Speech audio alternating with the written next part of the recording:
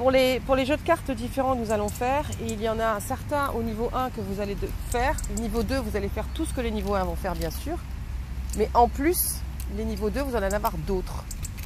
Donc, par exemple, le 4 et plusieurs jours dans le mois, il y a la boîte à compliments. Donc, la boîte à compliments, c'est lors des séjours. Parfois, je fais demander à chacun d'écrire un compliment sur un papier pour le donner à quelqu'un. Vous-même, les compliments, vous allez pouvoir les mettre dans des boîtes, dans une petite boîte à compliments. Les niveaux 2, vous allez faire les cartes à compliments. Donc c'est vraiment, demandez-vous dans le mois à quel moment vous avez eu un dépassement de dingue, quelque chose que vous n'arriviez pas à faire jusque-là et que ça y est, vous arrivez à faire.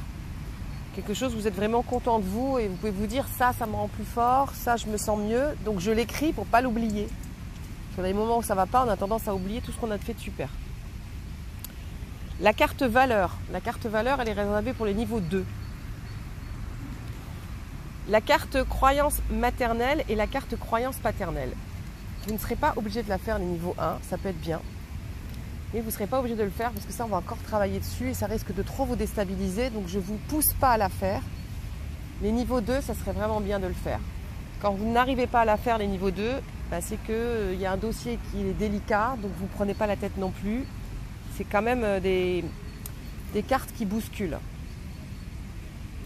La carte abécédaire, ça, tout le monde, je vous demande de la faire. Tout le monde. C'est le mot que vous avez tiré. Alors pareil, je vais vous envoyer selon les mois. Par exemple, le mois de juin, on tire la carte du trimestre de l'été.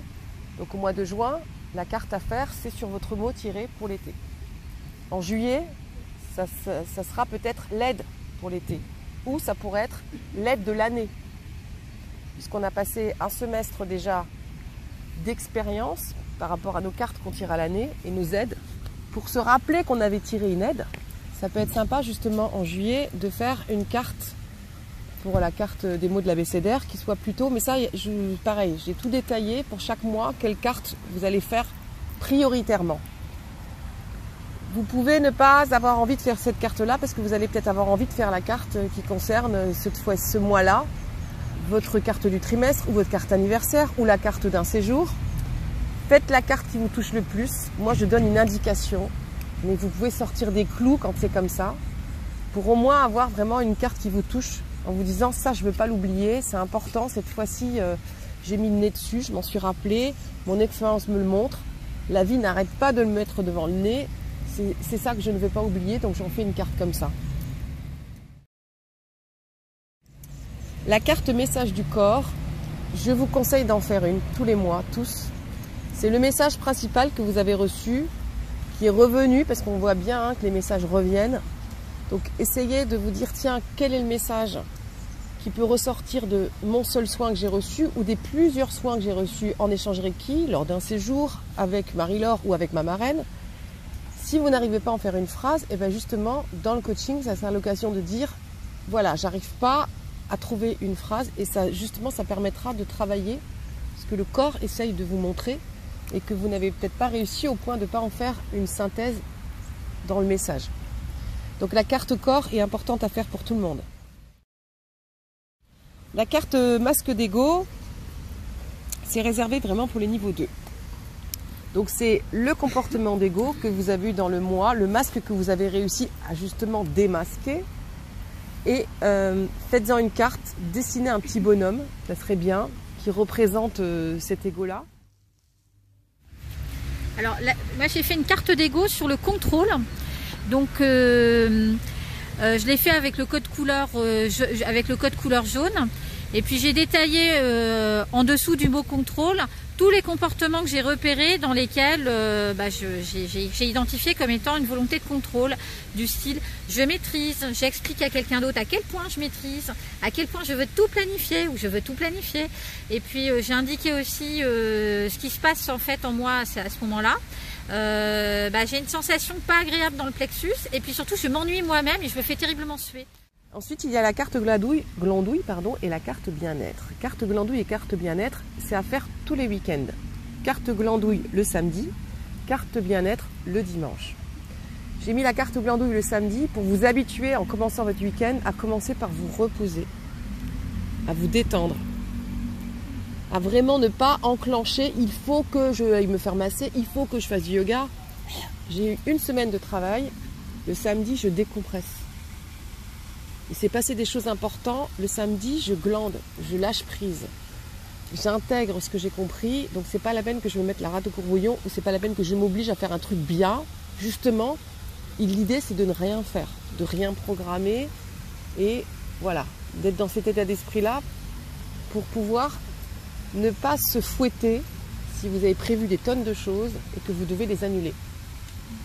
Le dimanche, la carte glandouille, la carte de bien-être, pardon, ou détente, carte bien-être c'est pareil, c'est vraiment une carte qui va vous stimuler à faire quelque chose, mais là, quelque chose d'agréable. De revenir dans le plaisir. Ce qui nous manque aujourd'hui, c'est le plaisir. Dans le plaisir. Ce qui nous manque aujourd'hui, le plaisir va nous reconnecter au sens, au toucher, à l'odorat, au goût, à l'ouïe, à la vue. Donc ça peut être regarder un coucher de soleil. Ça peut être me faire un gâteau, me faire une salade que j'adore, faire un bon thé. Ça veut dire aller marcher pieds nus sur l'herbe, aller prendre un arbre dans mes bras. C'est tout ce qui va vous reconnecter au corps, au plaisir, au sens.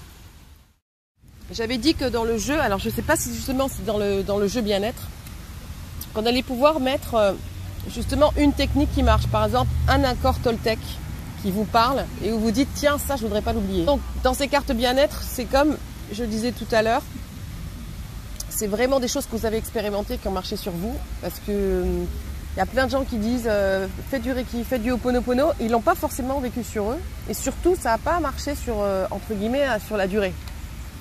Donc là, essayez vraiment quand vous faites ce jeu bien-être de mettre quelque chose qui vous a vraiment parlé, que vous avez utilisé plusieurs fois et qui a marché. On est tous touchés par la loi d'attraction ou les accords Toltec ou une citation de Donald Walsh ou Ho'oponopono ou ce que vous avez expérimenté et que vous utilisez toujours aujourd'hui, comme certaines qui font du yoga et qui se font du yoga chez elles maintenant dans certaines positions.